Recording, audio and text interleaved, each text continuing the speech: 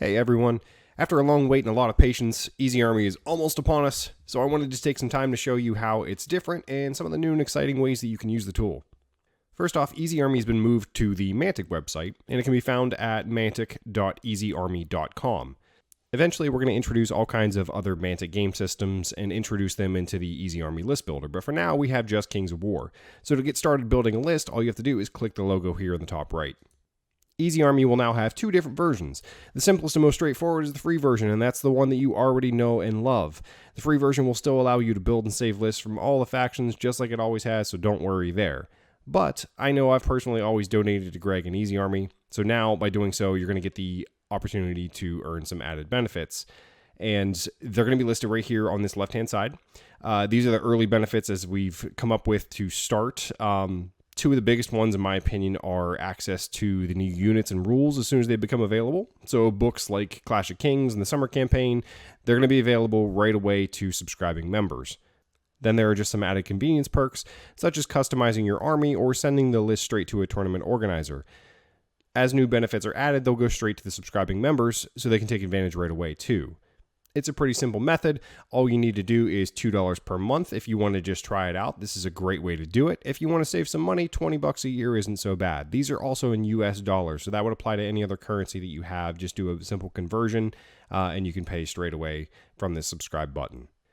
List creation starts right here, and you would do that by naming your army, and when you do that, that's actually how it saves your army list. So if you want to just mess around, you can do that without naming the army, but if you want to keep it, highly recommend naming it to save the list. Next, you have to pick a faction, and it's going to list everything from the main rulebook and Uncharted Empires. You go with your favorite faction, whatever you'd like to do, and it's going to switch your alignment to whatever faction you pick. With the alignment narrowed in, your allied options then become limited based on that. So your ally options for evil are going to be evil and neutral, and then it's going to limit everything that's not a theme list as an allied option that would also be evil and neutral. You can set your point limits, and it's automatically going to tell you what your maximum duplicates are for all the hero, monster, titan, or war engines. An idea for future subscription service would be that you could customize this validation. So if you have a tournament that you're attending, such as Adepticon, where there's a maximum of 2 of these for over 2,000 points, you could be able to customize exactly how many you could take in this slot. Next is your validation options. Strict is going to set it so that units won't be added if it violates the rules. That means when you go to add that 9th war engine before your 9th regiment, you're not going to be able to do it. If you want to do that because you know you're taking those in the list, but you don't really know what the other unlocks are going to be, you can switch this to passive. That way it's going to allow you to add units in any order that you want. It will give you a warning and not let you complete the list, but it will at least allow you to build it a little bit more freely in the early stages. Sorting order is kind of nice. I prefer the fixed order because it keeps things nice and clean. This means that when you add a new unit, it's going to keep them in a fixed order, as opposed to, hey, I'm going to add spearmen and then crossbowmen and then knights, and then, oh, I need another unit of spearmen, so they're going to show up at the bottom. Fixed order would keep the 2 units of spearmen that you added both at the top and then everything else below that. Custom and adding it to end will allow it to add to the end. Once you're inside the list builder, you're going to have a couple of nice new changes. The font's obviously a little bit more clean and looks in line with everything else that we've done with 3rd edition.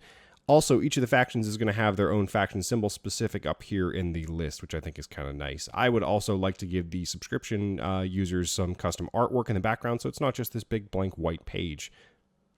In the top right, you'll see your target points as well as your current points. Below that, your unit strength is going to be available at a glance just based on what you've built out, as well as your total number of drops that you've put into the list, and the percentage of your army that is either core or allied of your target points. When you go to select a unit on the left-hand side, you will notice that the drop-down shows the bubbles, very similar to the rulebook, but as you add them onto the right, it's going to show the unit stats in a straight line, as it was in the EasyArmy for 2nd edition. This gives both new players a comfortable place where they are used to the new layout in 3rd edition book, and it'll also give the older players the familiar straight line stats that they had in EasyArmy with 2nd edition. This page will also show you access to, if there are official Mantic models for it, they'll be available in the unit description. That will change with each unit. As you can see here, a tiny little thumbnail will pop up when you hover over it. All of the artifacts available to the unit can be found in the same sort of drop-down box that was there in 2nd edition. These also will update according to points for the unit size. So Chant of Hate on a regiment of men-at-arms spearmen is only going to be 20 points. And it will show specifically here, and it'll also add up the cost so that it's easier for you to add this up at the end of a tournament when you need to find out how much your opponent killed. Another new added feature is this specials button here at the top that you can toggle on and off. If you click it, it will also show the keywords here on the right-hand side, but since it clutters things up, at default, it is turned off. But just know that you have the option to turn it on if you want to. Once you get to a point where you're happy with your list, you can still see your target points and your current points up at the top, the alignment and the faction name here. Everything will still be available in the tiny little buttons you can click on here, where there's also a full-size thumbnail and the option to update the unit, where if you wanted to add an additional 10-point item, you can do so right there and hit update.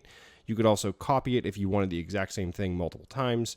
Makes it for sort of an easy way of doing two things that are exactly the same if you want to click this button or if you want to go in there, just more options. And once you're ready to complete the list, then you can hit the view button at the top and then it will take you to this page. From here, you'll see the same layout that you're used to with EasyArmy in 2nd edition.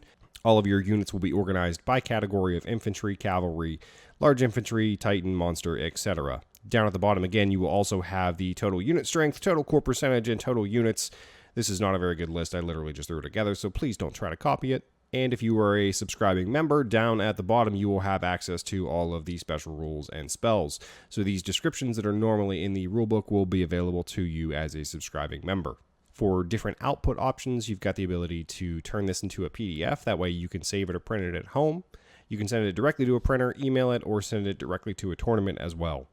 When working on list creation and you want to add allies, you have to stay within the normal restrictions that you would have in the rulebook, as in evil can only ally with evil and neutral, and there are the restrictions of no theme lists as well.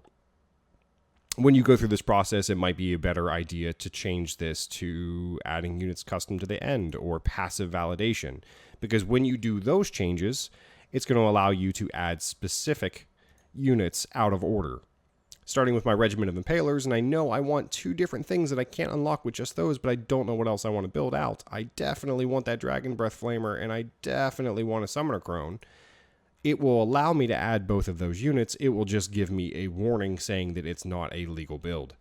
Down below, if I go to my Night Stalker allies, it also introduces a separate entire list, but it limits it to only the units that you can take as per the ally rule. So there are no irregular units, for example, no abilities to add artifacts, that kind of thing. So if you want to add these, you can still add them in a strange order, just because your passive validation is turned on. It's not strict, it's not going to keep it to you. But then this way it allows me to show you the example that your points are going to be added up as total allies, so you know what percentage of your army can be allied, and then also your core, what's left for you to build out to your full target points. So that's about it for the introduction to EasyArmy in 3rd edition. Apologize for the wait to everyone. Obviously, this was a big move to go from the EasyArmy servers into the Mantic's website host, and we also wanted to introduce a lot of future proofing for the building system as it is, so there was quite a bit of work that went into it, so we want to thank Greg for everything that he's done. It should be available to the public very, very, very soon, so we should see it anytime now. I'm hoping this week, maybe even tomorrow if we're lucky. So that's it for now. Check it out, jump in there, and if you want to, just try out that subscription service to see if you like the way that it's better. But the free version is going to be there as well, so just in case, you've always got that. Thanks, guys, and please keep enjoying Kings of War.